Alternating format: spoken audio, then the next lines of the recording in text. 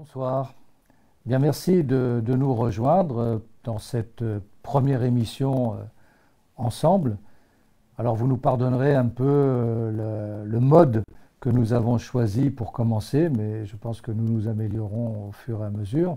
Il m'a semblé utile de pouvoir répondre à des questions, soit que je lis sur les réseaux sociaux, soit quand vous m'interpellez dans la rue, et je pense que c'était bien de pouvoir vous y répondre directement, sachant qu'on n'épuisera jamais tous les sujets, mais c'est mieux que simplement le journal municipal, Parole de Grenouille, qui en dit beaucoup, ou nos propres applications comme Maire et Citoyen, par exemple, ou Allo Mairie.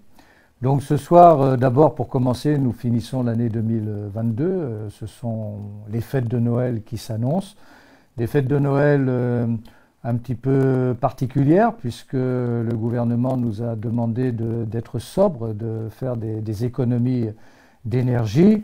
Alors il n'avait pas vraiment besoin de nous le demander, parce que vu les prix pratiqués, d'office, nous nous étions intéressés avant qu'il nous le suggère. La politique énergétique de la commune depuis 2014 consiste justement à être modérée dans la consommation pour des raisons d'économie évidentes. Et puis plus particulièrement cet hiver, puisqu'on nous annonce la possibilité de coupures. Et donc il est un petit peu dommage que la 7e puissance économique du monde en soit réduite au stade d'un pays en voie de développement. Mais il est normal que nous y participions. Nous avons pensé qu'il fallait malgré tout maintenir des illuminations pour Noël, d'abord pour les enfants, mais c'est vrai qu'il n'y avait pas de raison d'en faire plus que de raison. Les autres années, nous mettions des motifs dans plusieurs quartiers, et il faut que vous sachiez que chaque fois que nous mettons un motif sur un luminaire, eh bien c'est un coût pour la commune de 2 000 € entre la pose, la dépose, et une petite aggravation du nombre de kilowattheures. Donc nous l'avons recentré sur le village, là où il y a l'activité économique, commerciale, là où aussi il y a la proximité des sorties d'école des enfants, et puis sur le secteur des Bouches-du-Loup, qui est un autre centre d'activité commerciale. C'est vrai que vous n'aurez pas d'illumination particulière sur le pôle Marina 7, d'abord parce que ceux qui ont des enseignes sur place n'ont jamais cru devoir faire quelque effort que ce soit. Et puis dans les quartiers de proximité, pour cette année, nous nous contenterons simplement de décors naturels. Nous avons privilégié dans tous nos quartiers de mettre des sapins, de très beaux bouquets de sapins, décorés par les enfants des écoles lors des animations périscolaires. Et c'est aussi important d'avoir des décorations de plein jour et non pas simplement la nuit, puisqu'après tout, si on y réfléchit bien, la nuit tombe vers 17h, 17h30, et puis à 20h, tout le monde est rentré chez lui, donc il y a des illuminations seulement pour 2 heures. Tandis que des décors de plein jour, c'est toute la journée qu'on peut les apprécier et les retrouver, et l'amplitude est bien plus importante. De même encore, nos enfants dans les écoles ont travaillé sur une affiche de Noël qui sera bientôt sur les panneaux d'affichage de la commune.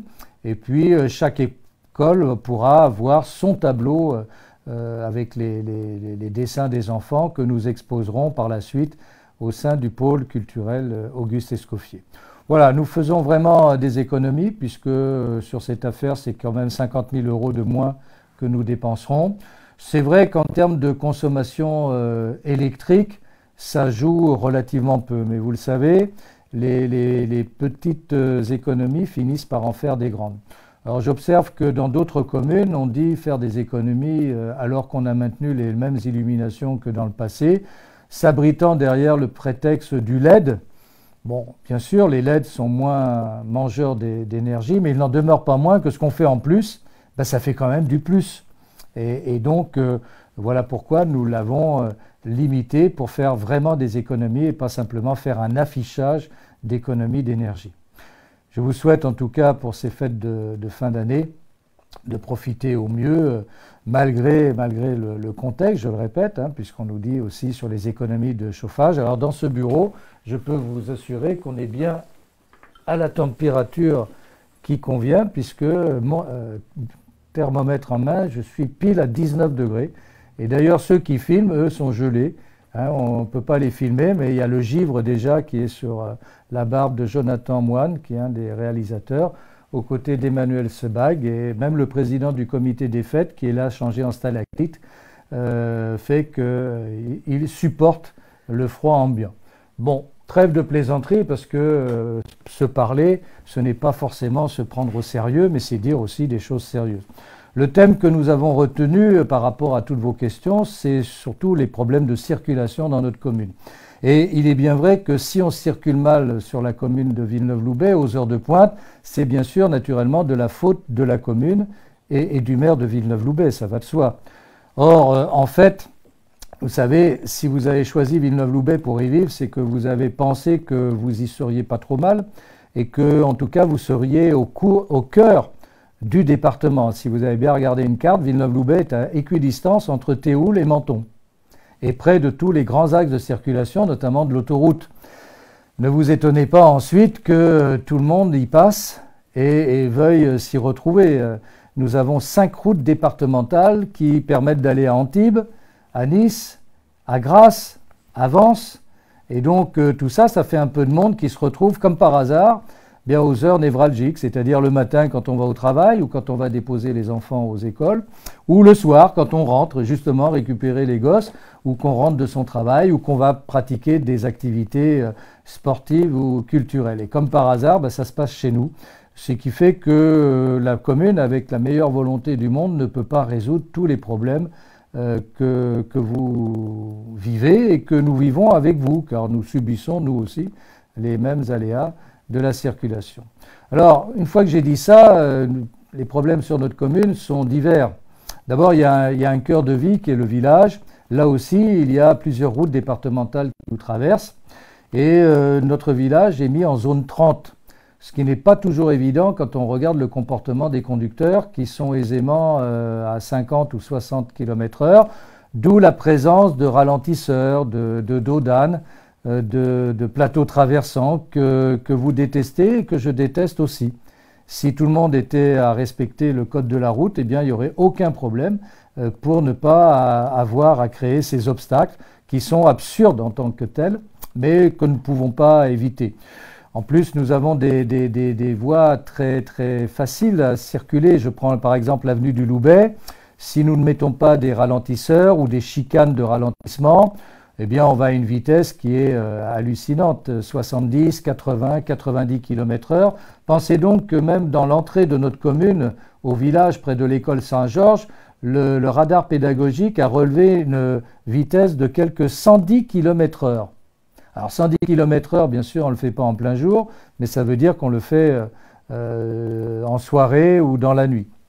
Donc, la zone 30, c'est importante, et si vous pouvez penser que de toute manière que vous alliez à 30 ou à 50, ça ne va pas changer grand-chose pour vous, mais que ça va peut-être permettre bien une meilleure circulation parce qu'il n'y aura pas d'à-coups, il n'y aura pas de reprise, ça ne pourra être que profitable à l'activité pour tous et à la sécurité des piétons et puis aussi, bien sûr, des vélos. D'une manière générale, dans notre village, il y a donc ces problèmes aussi de priorité à droite. Alors la priorité à droite, c'est vraiment un problème puisque apparemment tout le monde l'a oublié dans le code de la route et surtout tout le monde semble avoir oublié de lire les panneaux. L'avenue des Ferraillonnes, par exemple, quand on va vers Cagnes, les riverains ont bien du mal à en sortir alors qu'il y a marqué priorité à droite. Nous avons mis les feux en clignotant pour éviter les embouteillages. N'oubliez pas non plus que nous sommes une voie départementale de grande circulation et que le département nous demande de ne pas ralentir la circulation aux heures de pointe. Donc il faut arriver à concilier le tout et si on peut se rappeler simplement que les panneaux sont faits pour être respectés, ça facilite les choses. La vitesse reste un fléau et je comprends bien qu'on soit pressé. Et je vous donne un exemple en direct qui s'est produit il y a seulement 1 heure sur l'avenue des Plans. Voilà. Il y a un véhicule qui a quand même réussi à chevaucher la sécurité piétonne cyclable. Et donc, si nous n'avions pas cette bordure, qu'est-ce qui serait passé s'il y avait eu un vélo au même moment ? Et très franchement, pour arriver à monter sur la bordure telle qu'elle est, il faut vraiment être sportif quand même, hein. Il y a des gens qui ont raté leur vocation dans les rallyes et c'est absurde. On est sur un axe de grande circulation, 50 km/h. Quel est l'intérêt de rouler plus vite? Je ne sais pas. Alors, bien sûr, je me mettrai à dos, comme d'habitude, hein, les gens qui pensent qu'ils sont plus forts que tous et qu'il ne faut rien respecter et que c'est brimer leur liberté. Le maire a comme obligation de tâcher de préserver la sécurité de ses concitoyens et de faire en sorte que les règles soient respectées. L'avenue des Plans, par exemple, c'est une route départementale. Alors, elle est en agglomération, et puis dès que j'ai passé le gymnase et que j'ai passé le chemin de l'Abreuvoir, là où il y a les Bastides des Plans, eh bien je suis hors agglomération. Et qu'est-ce que ça veut dire être hors agglomération? Eh bien ça veut dire que le maire n'a plus de pouvoir sur cette route. Elle est automatiquement à 90 km/h maximum, sauf s'il y a des panneaux qui indiquent qu'il faut rouler moins vite. Et donc il vous est indiqué de rouler à 70, mais ça n'est pas forcément respecté. Le rond-point lui-même du logis du Loup, il est sur le territoire de la commune, mais la commune ne peut rien gérer. Et l'avenue Saint-Andrieux qui monte sur Amadeus, c'est toujours hors agglomération. Et les nouveaux résidents de ce quartier trouvent étonnant qu'on puisse rouler à des vitesses invraisemblables, alors qu'on a bien mis un panneau 50 km/h, que nous avons obtenu du département de mettre un peu de stationnement pour créer des chicanes de ralentissement, mais visiblement, ça n'est pas suffisant.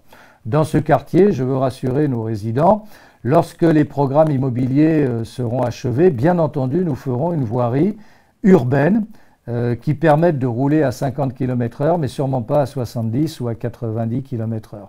Malheureusement, même les transports en commun ne respectent pas toujours aussi ces vitesses. Et eux nous demandent d'enlever les ralentisseurs parce que ça les dérange, mais nous sommes obligés de les maintenir parce que sinon, il y aurait encore plus de dégâts que nous en observons aujourd'hui. Dans la photo que je vous ai montrée tout à l'heure, il n'y a pas eu de victime, mais s'il y avait eu une victime. Et pourtant, on n'était qu'à 50 ou 70 km/h. Alors, quand on passe sur la 7, là, on est tranquille, la vitesse, c'est la nuit, mais dans le jour, ça va beaucoup moins vite. Et tout dépend sur quel secteur de la 7 où l'on se trouve. C'est un sujet récurrent, la 6007. On a l'impression que c'est la seule du département où il y a des problèmes de circulation, comme si ça allait mieux du côté de Cannes, de la Pénétrante ou sur Monaco par exemple. Les heures de pointe restent les heures de pointe et il est bien évident qu'il faut prendre son mal en patience. Je connais votre inquiétude, hein, je la lis, on me l'a dit. Tous ces logements qui se construisent sur le secteur de la 7, ça va aggraver la circulation, sans doute, mais de manière très marginale, parce que les études que nous avons pu faire avec le bureau d'études Villeneuvois d'ailleurs, Ingérop, démontrent que le logement, ça ne représente jamais plus de 5 à 10% dans la circulation. Non, le problème de la circulation sur la 7, c'est l'emploi.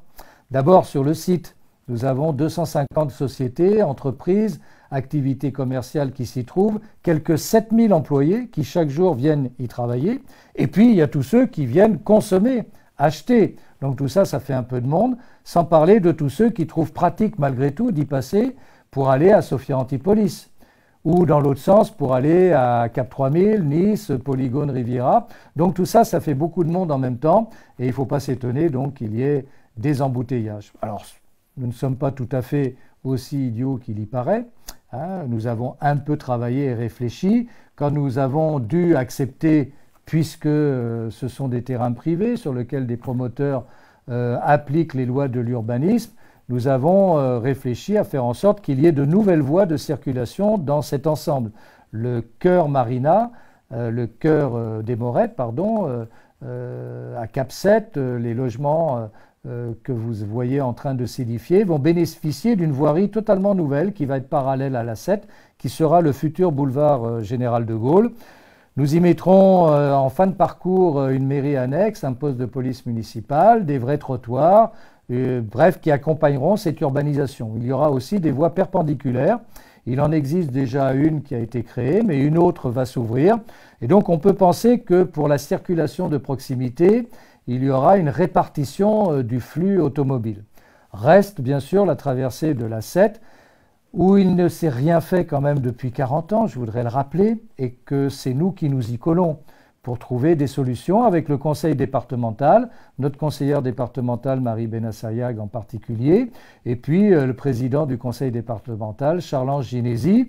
Et c'est avec eux que nous allons bientôt pouvoir réaliser 2 ronds-points sur cet axe majeur. D'une part, le carrefour du docteur Lefebvre, parce qu'il est le plus facile à réaliser, mais aussi le plus peut-être pertinent.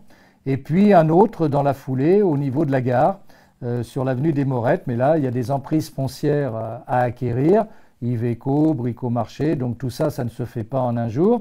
Et je lis souvent des commentaires pour dire, mais sur cette 7, il faudrait faire des ronds-points. Eh bien oui, on va les faire, mais on ne va pas les faire avec un compas sur le bureau, hein, on va les faire concrètement, et ça, ça prend du temps. Le conseil départemental a donné son feu vert pour le faire, donc maintenant, il faut attendre leur réalisation. C'est une affaire de 2 ans, je pense, 3 ans maximum. Mais on aura, je pense, une amélioration sensible de la circulation. En attendant, pourquoi critiquer la piste cyclable qui est en train d'être créée par le département, qui relie la gare de Biot à la gare de Villeneuve, qui a permis déjà de créer un trottoir du côté mer où il n'y en avait pas, ce qui permet d'ailleurs aux automobilistes de s'y garer immédiatement. Parce que dès qu'on fait un trottoir pour piétons, c'est la bagnole qui s'y met, ce qui est quand même pas très, très responsable, donc on y mettra à bon ordre, ça va de soi. Et puis de l'autre côté, des trottoirs refaits, parce que vous savez bien dans quel état étaient ces trottoirs, qui ont dû être créés du temps où l'État avait la Nationale 7 et que sur lesquels personne ne s'y intéressait. Nous avons laissé les trottoirs dans cet état lamentable parce que nous considérions qu'ils n'appartenaient pas à une commune de 15 000 habitants avec un petit budget de devoir faire le travail de tout ce qui s'y passe qui concerne le département. Le département a été assez sympa pour nous de dire de prendre à sa charge le trottoir en même temps que la piste cyclable. Et j'en remercie vraiment le président Ginesi parce que ce n'était pas forcément une obligation. Et donc jusqu'à l'avenue des Morettes, hein, jusqu'à la gare, donc depuis l'entrée sur Vaugrenier, on aura des trottoirs aménagés et une piste cyclable et qui sera quand même bien pratique pour les gens qui aujourd'hui utilisent le vélo électrique. Ceux qui ne sont pas habitués considèrent ça un petit peu sans importance, mais beaucoup de gens aujourd'hui, dans un département comme le nôtre, où il y a 300 jours de soleil par an, peuvent utiliser le vélo électrique et arriver en parfait état à leur lieu de travail, sans dégouliner de sueur et sans être infréquentable. Et donc c'est quand même une petite solution qui a du sens. Donc ce sera terminé pour le début janvier et nous allons avec la CASA, la communauté d'agglomération Sophia Antipolis, qui est gestionnaire du site économique, puisque c'est elle qui reçoit toutes les taxes des entreprises. Il faut que vous sachiez quand même que l'ensemble des entreprises de Villeneuve versent 9 millions d'euros, mais ils les versent à la CASA. Et la commune récupère 4 millions d'euros comme en l'an 2000. Et les 5 millions d'écart, nous, on ne les voit pas. Ça va directement à la CASA. Donc, si nous avions les 9 millions d'euros, je pense qu'on pourrait être très efficace. Malheureusement, pour nous, ça va dans un pot commun. Et la CASA a pris les feux tricolores rénovés, a pris le parking de la gare. Là, va prendre le trottoir devant Iveco pour refaire un trottoir propre, partagé avec les vélos, qui va rejoindre Cap 7, qui va accueillir des commerces et surtout la pharmacie qui va se déplacer d'Intermarché. Hein, et donc, on va avoir une continuité cyclable, piétonne, qui aura du sens. Bien entendu, on est encore dans la phase de chantier. C'est désagréable, il y a des camions, il y a les artisans qui travaillent, qui mettent en ordre. Donc, c'est un petit peu pénible à supporter. Mais l'objectif pour nous, c'est quand même de requalifier cette départementale. Nous l'avons rebaptisé Boulevard National 7. Certains ont dit ben, c'était comme ça. Non, non, c'était plus comme ça. C'était la RD 6007, ce qui est quand même pas très joli. Nous l'avons rebaptisé Boulevard National 7 car nous avons de l'ambition pour faire quelque chose de beau sur ce secteur. L'enseigne KFC est en train de remplacer Courtepaille, sera ouvert dans quelques jours. Plus loin, Cap 7, je l'ai dit, avec des activités commerciales et puis une résidence senior. Et un peu plus loin, le Steak and Shake qui devrait ouvrir au mois de juin, là où il y avait la fontaine lumineuse. Nous avons préservé l'emblème, le totem de la fontaine lumineuse qui n'était pas du tout classé contrairement à ce qui est dit. Et nous allons en faire une sorte de totem pour cette revitalisation et cette requalification de l'A7. Et un petit peu plus loin, c'est un hôtel Ibis 3 étoiles qui va aussi se construire. Donc vous le voyez, il ne faut pas être pessimiste. On a des raisons d'être mécontent. Je le suis moi-même parce que figurez-vous que je circule sur la commune. J'y passe à toutes les heures et pas forcément les plus agréables. Donc je sais très bien ce que les uns et les autres vous pouvez supporter. Mais l'action est là, nous y travaillons. Il faut simplement laisser du temps pour pouvoir réaliser les choses. Et puis ensuite, nous tiendra compte, bien sûr, des observations qui nous seront faites pour mieux faire fonctionner les choses telles qu'elles doivent être. Donc voilà, la circulation sur la commune, c'est un vrai enjeu, mais sachez-le, nous ne nous contentons pas de le subir. Nous sommes acteurs et nous ne sommes pas les seuls acteurs. Nous travaillons avec le département, nous travaillons avec la CASA, la communauté d'agglomération Sophia Antipolis, parce qu'ils sont aussi les acteurs de ce secteur. Tout ça, ça prend du temps et tout ne peut pas se faire d'un coup de baguette magique. Mais je le répète, ce n'est pas le logement qui est le facteur aggravant déterminant de la circulation. Prenons un exemple, Sophia Antipolis. Il se crée en ce moment 1000 à 1500 emplois nouveaux sur le site de Sophia Antipolis. Vous pensez que les gens qui viennent de Nice pour aller travailler à Sophia Antipolis, ils passent par où pour y aller? Et là, la plupart du temps, s'ils ne prennent pas l'autoroute et ces accidents, ils passent par chez nous aussi. Et donc tout ça, ça fait toujours de la circulation. Donc nous allons suivre ça de très près et il est bien évident que notre priorité, c'est de préserver aussi la tranquillité des résidents, ceux qui vivent sur la commune. Ceux qui n'y font que passer, eh bien malheureusement, c'est avec le département et avec la CASA qu'on essaye de régler les problèmes. Mais pour reprendre sur l'avenue du Docteur Lefebvre, où on nous a beaucoup reproché d'avoir mis en sens interdit, je vous assure que ce qui était la pollution sur ce secteur-là, c'était quelque chose qui aujourd'hui nous l'interdirait de le faire. Les niveaux de pollution atteints, d'ailleurs, rendaient impossible pour les gens d'utiliser leur balcon. Et la crasse qui était sur les toiles des restaurants qui s'y trouvent était assez effarante. Alors, les gens pertinemment me disent « mais vous n'avez fait que déplacer la pollution puisque sur la 7, il y a les embouteillages ». Ils y étaient déjà. Un peu plus, un peu moins, il n'y a pas de différence. Et je ferai observer que sur la 7, il n'y a pas d'habitat et il y a surtout une proximité de la mer qui fait que la pollution est plus vite balayée qu'à l'intérieur des terres. Et donc, il y a bien une différence de pollution entre l'avenue du Docteur Lefebvre et le secteur de la 7. Voilà, tout ça, c'est des enjeux et je comprends parfaitement qu'on n'est pas en capacité de vous donner tous les éléments, tous les arguments qui nous font être toujours à faire non pas le meilleur choix, mais souvent le moins mauvais des choix, alors que pour vous, les choses paraissent plus simples. Je vous remercie en tout cas de nous faire confiance sur ce sujet. On reste accessible et on lit attentivement les observations, les commentaires que vous pouvez nous faire. N'hésitez pas, l'application Maire et Citoyen s'y prête. Allo Mairie également, voir le cabinet du maire, je lis tout. Je regarde attentivement et je vois avec nos services les réponses que nous pouvons apporter. Et puis nous avons aussi l'humilité de vous dire qu'il y a des problèmes sur lesquels on n'est pas capable de répondre. Lorsqu'une priorité à droite n'est pas respectée, on a beau mettre 2 panneaux, on ne peut pas en mettre un 3e. Après on me dit qu'il faut mettre un panneau lumineux. Je peux mettre aussi un policier municipal avec une bougie pour dire attention, il y a une voie à droite et il faut laisser la priorité à droite. Donc voilà, il y a une limite qu'on n'est pas capable, sur laquelle on n'est pas capable d'apporter des solutions et c'est frustrant. Alors c'est frustrant pour vous, mais sachez-le, c'est aussi frustrant pour nous. Et d'une manière générale, les Villeneuvois dans l'ensemble sont assez respectueux de leur commune. Malheureusement, ceux qui font que nous traverser, eux, ils s'en moquent éperdument. Et ils ne se posent pas trop la question de savoir s'ils doivent respecter le lieu qu'ils traversent. Donc c'est tout ça, hein, c'est des conflits permanents à régler. Nous nous y efforçons, nous n'aurons jamais de toute manière la quiétude, parce que si on veut vraiment la quiétude, je connais des régions d'Auvergne où il n'y a pas de problème pour circuler, dans le Cantal aussi.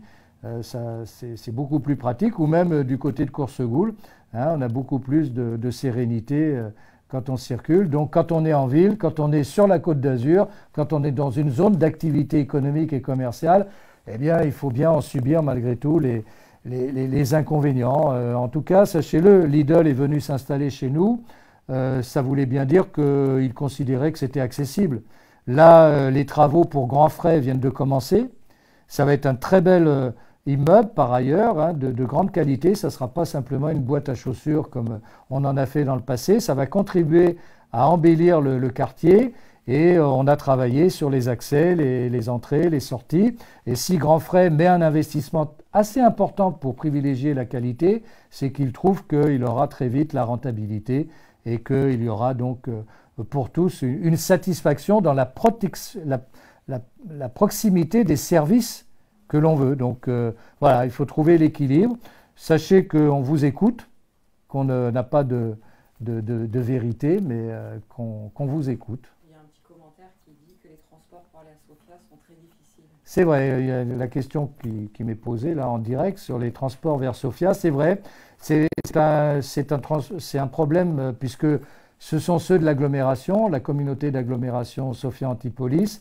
Donc la CASA a la gestion collective des 24 communes, et notamment celle du littoral, et elle travaille déjà pour régler les problèmes avec le bus-tram entre Antibes et Sofia, mais c'est vrai que l'objectif c'est de pouvoir faire en sorte que de Nice à Sofia, comme de Cannes à Sofia, on puisse y accéder en passant par Villeneuve-Loubet.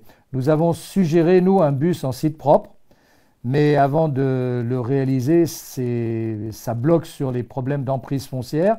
En tout cas, ça prend du temps. Faciliter la circulation par les TER.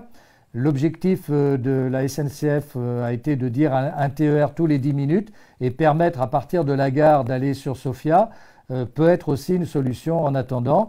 N'hésitez pas à saisir la CASA directement. Monsieur Thierry Osselli, le maire d'Opio, est le vice-président en charge des transports. Il est parfaitement accessible et réceptif aux problématiques. Et chez nous, c'est Marie Benassayag également qui a cette délégation. Et vous pouvez nous écrire, nous donner des points précis pour qu'on essaye d'améliorer les choses. Mais là aussi, n'oubliez jamais que le transport, c'est un versement des entreprises à la CASA, pour les entreprises de plus de 9 salariés, que ça fait donc un fonds commun et qu'à partir de là, il faut répartir pour tous. Donc on n'ouvre pas une ligne comme ça, surtout quand dans certaines lignes, on a 3 personnes dans le car. Car tout le monde réclame un service et malheureusement, il n'est pas non plus toujours effectif. Et dans ces conditions, la CASA dit après, cette ligne, elle n'est pas rentable, parce que rien n'est rentable, hein, tout a un coût déficitaire. Mais elle n'est pas productive et donc on n'a pas de raison de le maintenir. Donc là aussi, il y a beaucoup de travail à avoir pour convaincre de prendre le bus. Il y a le bus à la demande qui fonctionne, qui a ses limites également parce qu'il n'en met pas simplement directement, mais parfois à un arrêt ou à la gare. Vous pouvez quand même utiliser ici Envibus, qui est quand même un atout par rapport à d'autres agglomérations. Nous avons défendu la ligne nouvelle, c'est-à-dire en train pour aller de Nice à Sofia. Malheureusement, le gouvernement n'en a pas fait sa priorité puisqu'il l'a reporté au calendrier grec vers 2040. Autant vous dire que c'est pas demain la veille. Donc la ligne nouvelle pour nous apparaissait comme une vraie solution pour désengorger de la voiture tout ce secteur entre Nice et Sofia. Je ne suis pas certain de vous répondre et de vous donner des satisfactions en la matière, mais sachez que n'hésitez jamais à nous harceler dans les questions même répétitives, parce qu'elles nous sont utiles aussi pour nous vis-à-vis de nos interlocuteurs. Voilà, je ne sais pas si d'autres questions pourront intervenir, mais enfin on se retrouvera de toute manière lors des vœux du maire, le 7 janvier, si vous le voulez bien, au pôle culturel Escoffier. Si on ne nous a pas reconfinés d'ici là, si on ne nous a pas obligés de porter des masques, même en plein air. Donc je vous retrouverai avec plaisir à 16h30 pour la circonstance. Et puis début d'année, nous aurons la même émission. Et selon les thèmes envisagés, tout thème et les thèmes qui dérangent, quoi, par exemple le béton, le logement, etc., eh bien ça sera avec plaisir que je vous apporterai tout simplement les éléments de réponse qui sont les nôtres, parce que le maire est le maire aussi de l'ensemble d'un conseil municipal. Je me réjouis qu'il y ait toujours l'unanimité dans ce conseil municipal, malgré une opposition qui y siège, mais qui a l'intelligence de comprendre les enjeux et d'y participer. Et il faut que vous sachiez également que lorsque nous avons des commissions, nous convions aussi d'anciens élus qui ne siègent plus dans notre conseil municipal, qui ne sont pas de notre tendance politique.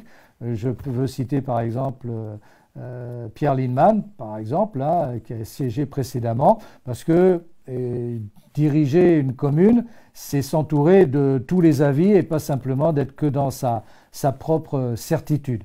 Alors une fois qu'on a réfléchi, qu'on a douté, bien sûr il faut prendre une décision et s'y tenir, mais auparavant, eh bien, le doute, c'est grâce à vous que nous pouvons mieux avancer. En tout cas, merci pour cette première participation. Je vous souhaite sincèrement du fond du cœur de bonnes fêtes de Noël en famille.